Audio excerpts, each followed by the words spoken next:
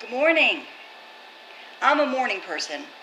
Hopefully, if you're not a morning person, hopefully you're watching this in the afternoon. But we get up about 4:45 every morning, 4:30, 4:45.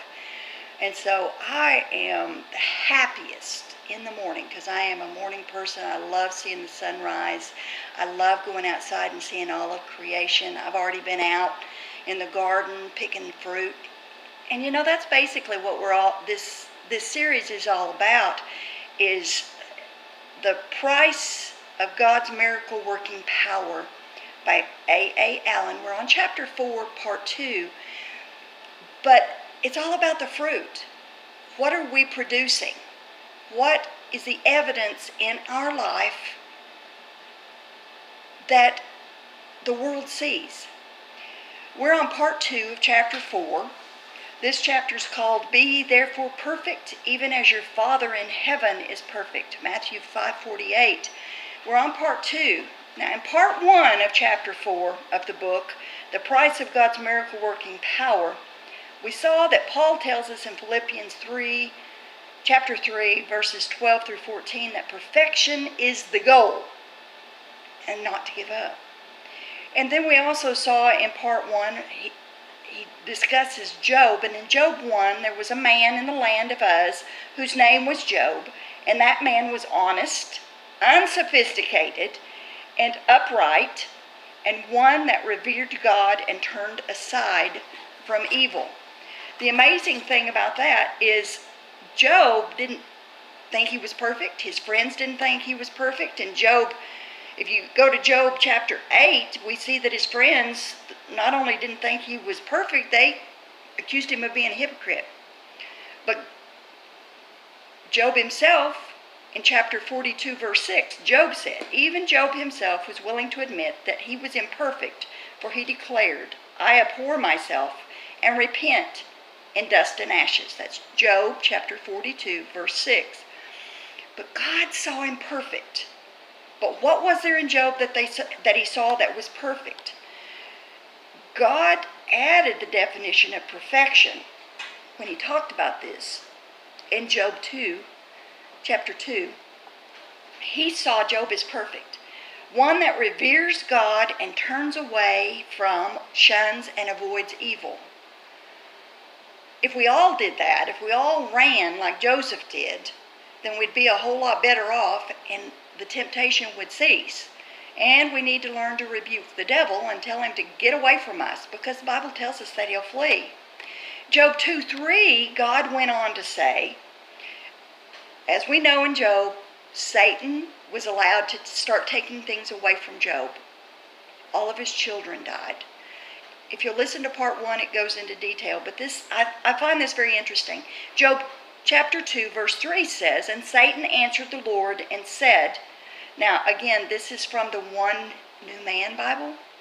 Satan answered the Lord and said, from going to and fro on the earth and from walking up and down on it, because the Lord asked him, why are you here? And the Lord said to Satan, have you considered my servant Job, that there is no one like him on the earth, a perfect and upright man, one who reveres God and turns away from evil? And still he holds fast to his integrity. So there's another thing that God is saying that's important, that we hold on to our integrity no matter what the devil throws at us. And I think this really applies in today's world. It says, although you moved me against him to destroy him without cause. Everything started coming down on Job, and sometimes we have a tendency to feel like everything's coming down on us. But I want to get to part 2 of this chapter. I want to talk about Enoch for a minute. In Genesis chapter 5, I hope you've got your Bibles. Genesis chapter 5, 21 through 24. This is what it tells us. And Enoch lived 65 years and begot Methuselah. And Enoch walked with God 300 years after he begot Methuselah, and begot sons and daughters. And all of the days of Enoch were 365 years. And Enoch walked with God. Then he was not, for God took him. Again, this is the One New Man Bible, which takes the Greek and the Hebrew and translates it. Enoch walked with God. Now the Amplified translates the word as being in continual fellowship with God. It translates walked with God as being in continual fellowship with God. And you know, it's kind of interesting. I don't want to get ahead of myself because next time we're going to talk about the New Testament. But it talks about in the New Testament that we should pray consistently and that we should continually walk with God. If you go to Hebrews chapter 11, which we consider the faith chapter, right? So go to Hebrews chapter 11. I see faith as freedom after intentionally trusting Him. And the One New Man Bible, the word we normally translate faith, means trust in the New Testament authors. So I think that's interesting because that's something that the Lord gave me years ago of what faith was. Faith is your freedom that you have after intentionally trusting Him.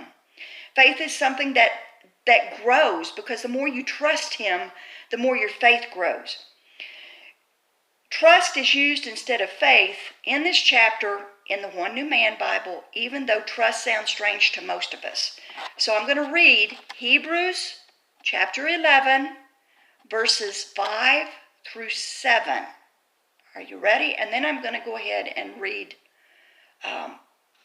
verse 7:1. By trusting, Enoch was transferred, so he did not see death. And he was not found because God translated him. For before his translation, he had been attested to be pleasing to God. That's our goal, right? To be pleasing and perfect. And without trusting, it is impossible to please God. I want to please Him. So that's a mandate. To please God, that's what we need to do. For it is necessary for the one who comes to God to believe that He is, that He existed, and that He does exist. Then He becomes the rewarder of those who seek Him out. It's amazing. Verse 7, by trusting, now he's going to start talking about Noah.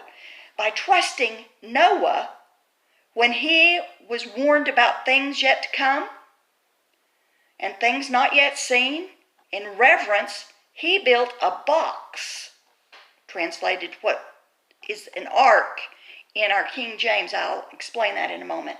For the salvation of his household, through which he condemned the world, and he became an heir of righteousness according to his trust. Well, let's go and look at Noah. We know that Enoch continually walked with God. So let's see what it has to say in Genesis chapter 6. Genesis chapter 6, verse 5. And now we're going to talk about Noah. God saw that the wickedness of man was great in the earth, and every imagination of the thoughts of his heart was continually only bad. Wow. And the Lord was sorry that He made man on the earth, and it grieved Him in His heart. That's strong. I don't want to grieve the Lord. But you know, I imagine a lot of things that He's seeing right now grieves Him. All of the riots in the street, the killing of unborn babies. I heard the other day over 60 million babies have been aborted. Verse 7, and the Lord said, I will destroy man whom I have created from the face of the earth, man, beast, the creeping thing, and the fowls of the air, for I'm sorry that I've made them. Verse 8, but Noah found favor in the eyes of the Lord. Isn't that what we're after? We're after that favor. We're after that one-on-one relationship with the Lord that we've talked about through the podcasts that I've done in past. And if you haven't, go back and listen to those. Genesis 6:9 states, these are the generations of Noah. Noah was a just man, perfect in his generations. And it goes immediately and it says, Noah walked with God. So he had a relationship with God. He continually and habitually walked with God. Everything he did was revolved around the Lord and his commandments. And Noah begot 3 sons, Shem, Ham, and Japheth. Verse 11, the whole earth was corrupt before God, and the earth was filled with violence. Listen to how the Amplified Bible puts it. The Amplified Bible translates violence,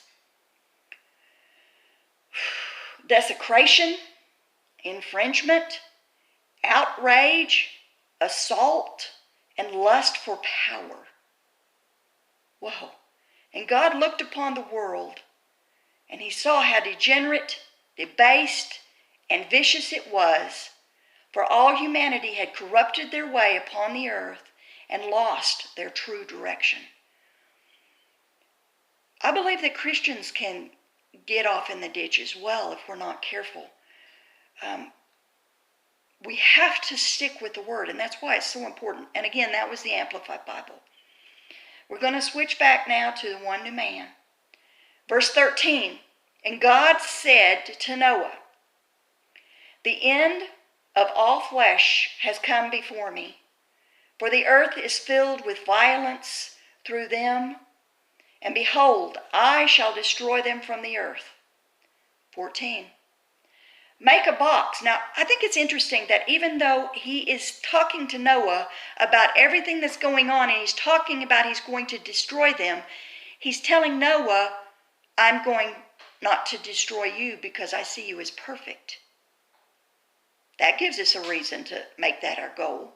I don't know about you. To make a box. The word here, and this is what I like about the one new man, is it takes you to the Greek and the Hebrew, and it defines it and shows you why they translate things the way they did. The word here is tevah, T-E-V-A-H, which means box. This does not look like a boat. And then it refers me to the ark in glossary. When I go there, this is what it says. 2 Hebrew words were often translated ark. Aaron, A-R-O-N. And I'm probably not pronouncing these right because I'm not a Greek or a Hebrew scholar. So cut me some slack here. I'm going to give you the spelling. You can look up the pronunciation. I'm going to say it's Aaron, A-R-O-N. And it's the word used for the Ark of the Covenant. Aaron means a chest, as in a treasure chest. Aaron is made of shittim, a sisi wood. I'm probably not pronouncing that right either. And a sisi wood chest, since the Ark of the Covenant is used for storage. Teva, also translated ark, is used for 2 objects. Noah's ark and Moses' basket of papyrus. Noah's ark in the original says tevat gopher. Tevat, it literally means a box of gopher wood. Okay? Moses' basket was a papyrus box. While teva means box, there's a great difference in the size of the boxes. Moses' ark or box was appropriate for an infant, but Noah's box, there was a great difference here. Noah's box was about 450 feet long by about 75 feet wide and at least 45 feet high. It was still a box, though, and was translated box in the New Man Bible, the One New Man. The Greek word kibotos, K-I-B-O-T-O-S, means box, although now usually translated ark. The word ark came from the English, from the first English translations, which they took from the Latin word. The Latin word for both box and chest is arca, A-R-C-A. So that's how it ended up being called an ark, even though the Ark of the Covenant and these arks are different. That's why it's translated a box. Now, I'm going to read this to you. The following was written about Noah's box by Rabbi Elazar ben Yehuda, Ph.D. And I probably have massacred that as well, and I apologize. In his exegesis of the book of Genesis, Bereshit, this article is copyrighted by him and printed here with his permission. In reading this, this is what it says. Please keep in mind that Torah scrolls have no vowels, only consonants. So that's why he's explaining the separation of things. So keep it in mind that in the Torah, in the original, it had no vowels, only consonants.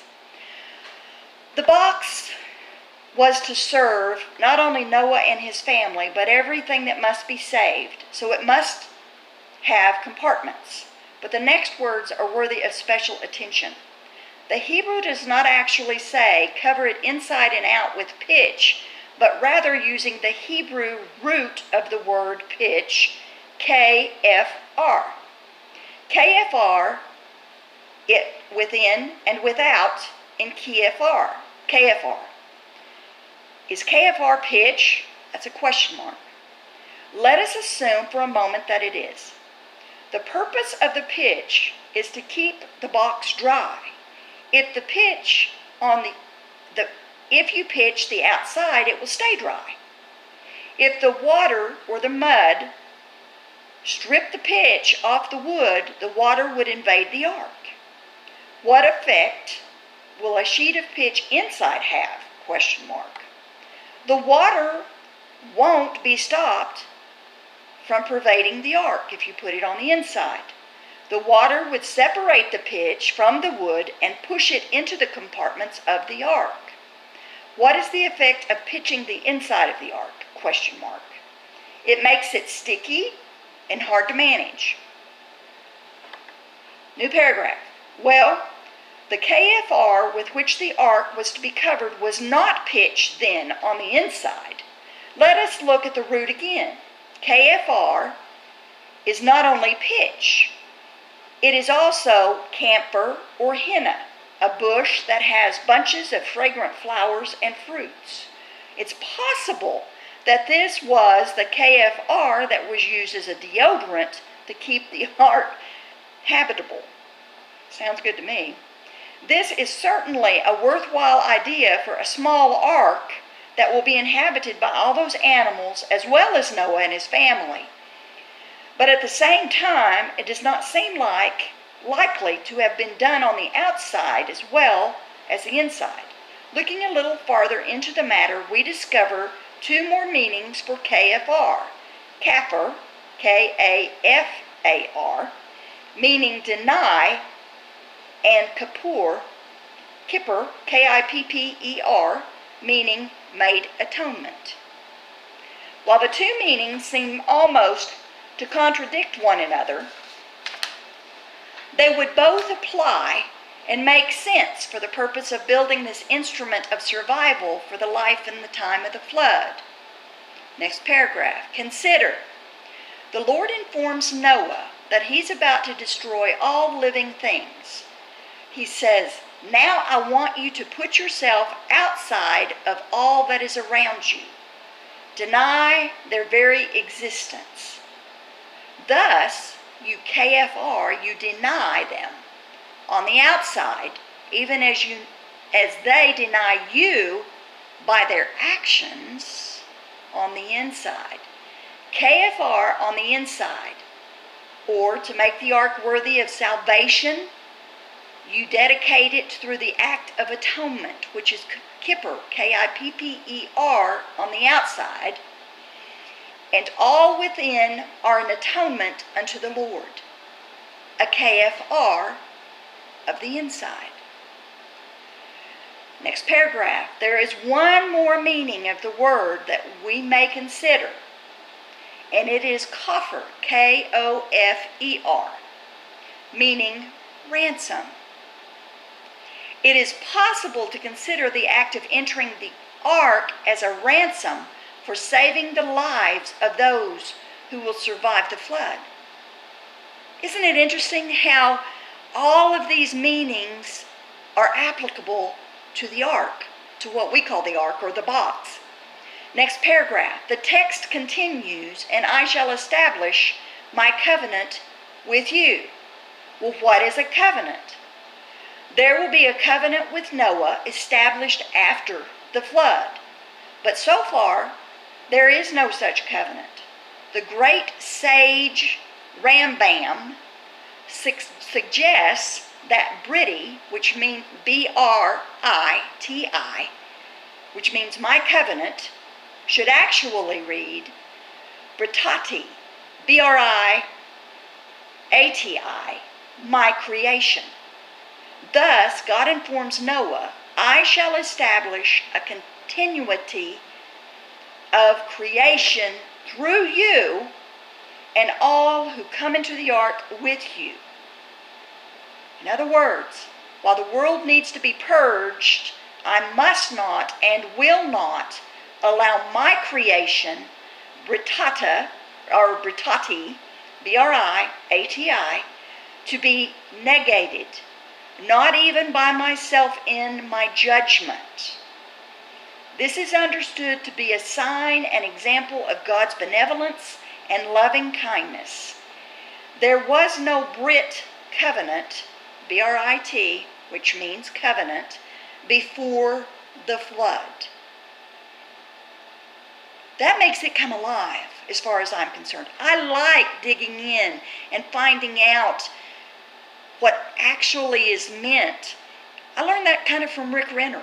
He digs in and he tells you to look deeper, to really see what God's trying to say, because when it's translated, they use the Latin instead of the Greek and the Hebrew. Now let's go back to Genesis 6, verse 14. Make a box of gopher wood for yourself. You will make compartments in the box. Now the compartments refer to both the quarters of the people and the compartments for the animals, and will cover it within and without with atonement. While generally translated pitch, atonement is more appropriate. Both pitch and atonement are correct. So what they're saying is the pitch represents and is the same as atonement. Verse 15. And this is how you will make it. The length of the box will be 300 cubits in width. Its width is 50 cubits and the height 30 cubits. Translated, 450 feet by 75 feet by 45 feet is about, and it took about 75 years to build it. Verse 16. You will make a window for the box, and you will finish it a cubit upward. And you will set a door of the box in its side, and with lower, second, and third stories will you make it. Verse 17. And behold, even I, am bringing a flood of waters upon the earth to destroy all flesh, in which is the breath of life, which from under heaven and everything that is on the earth will die. You know, that would have to be hard for Noah. There was a point in my life when God was asking me to do something, and to be honest, I was arguing with him, and I didn't want to do it. And the Lord told me, he says, I'm not asking you to build a boat, which is kind of comical because he was just asking me to do something, and I was afraid. I was afraid. And God had to teach me and get me through all of that. Verse 18. But with you I shall establish, with you, Noah, ratify my covenant.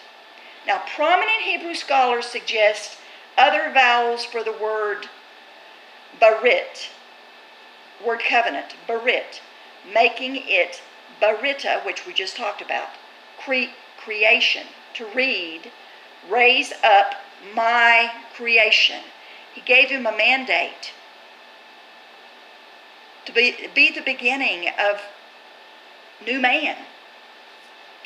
And you will come into the box, you and your sons, your wife and your sons' wives with you, and of every living thing of all flesh, you will bring 2 of every sort into the box and keep alive with you. They will be male and female. Of the fowls after their kind, the cattle after their kind, and every creeping thing of the earth after its kind, 2 of every sort will come to you to keep alive. Verse 21, and take for yourself of all food that is eaten, and you will gather it for yourself, and will be for food for you and for them, and it will be for food for you and for them. Verse 22, and Noah did so. He was obedient. Unfortunately, at that period of time, eventually I was obedient, but I just was immature. Verse 22, and Noah did so, according to all that God commanded him, so he did. Obedience is very important. Chapter 7, verse 1. And the Lord said to Noah, come into the box, you and your entire house, for I have seen you righteous before me in this generation. Even though he was surrounded by all this corruption, he kept himself pure. He kept himself perfect. He kept himself right with God. Don't we want God to say the same thing about us? I do. All these Old Testament saints were perfect. Before even the law was given, no divinity or superhuman perfection is attributed to any one of them. They were men. This is taken directly from the book, Your Power, The Price of God's Miracle Working Power. All these Old Testament saints were perfect before even the law was given. No divinity or superhuman perfection is attributed to any of them. They were men, subject to like passions as we are, but they knew and feared God. They kept his commands and carefully avoided the overflowing evils of the idolatrous people among whom they lived in some of the most outstandingly evil ages in history. Was perfection possible under the law? Moses, when he was speaking God's message to the entire congregation of Israel, declared, thou shalt be perfect with the Lord thy God. That's in Deuteronomy 18, verse 13. Man is sometimes more critical than God. When Miriam and Aaron complained against Moses, God took his part, speaking to them out of the pillar of cloud and saying, my servant Moses is faithful in all mine house. Numbers 12:7. Well, this doesn't use the word perfect. It definitely meets the definition that was given in Job chapter 1, verse 8. David was not persuaded that perfection was impossible, for he declared in one of his inspired psalms, I will behave myself wisely in a perfect way. I will walk within my house with a perfect heart. Psalms 101, verse 2. All these, and no doubt many others, such as Daniel, Joseph, Abraham, Elijah, Elisha, etc., lived lives of holiness, perfection in the days before many of our advantages were given, referring to the New Testament and the coming of Christ. Next week, I want to talk about that. I just want to pray right quick. Lord, you see what's going on in our world. You see everything that is surrounding us. Father, I ask you as I do these podcasts that they are a blessing to your people, that they will grow and learn how to live and how to walk in the blessings of God as Enoch did and as Noah did and as all of these men of old did, and even the men of the New Testament that we're going to learn about next week. Father, put within us a desire to do what is right and to keep integrity, because that's what you require. Father, I love you with everything that is within me, even above life itself. Father, I am desiring to learn to be a better person for you. I desire that all of the fruits of my life, not only salvation of others, but also that people will see the full glory of who you are manifested in my life. And that only comes, Father, with submitting to all of the things that you tell us that we should be doing. So, Father, as we go through these studies, teach us, train us up for this time in our history, that we would be your children and that you would be pleased with us like you were Noah and Enoch and Abraham and Elisha and Elijah and Joseph, and do the things that you say that we should be doing, as Jesus told us himself, that we'll talk about next time. But Lord, open our eyes to see areas of our life that need change, where we're falling short. We don't want to be like those who were living in the world.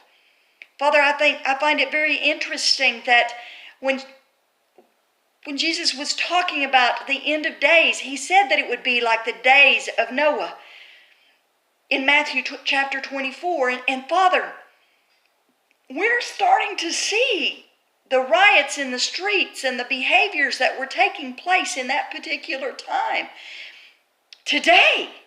And I believe, Father, that you are coming back so quickly.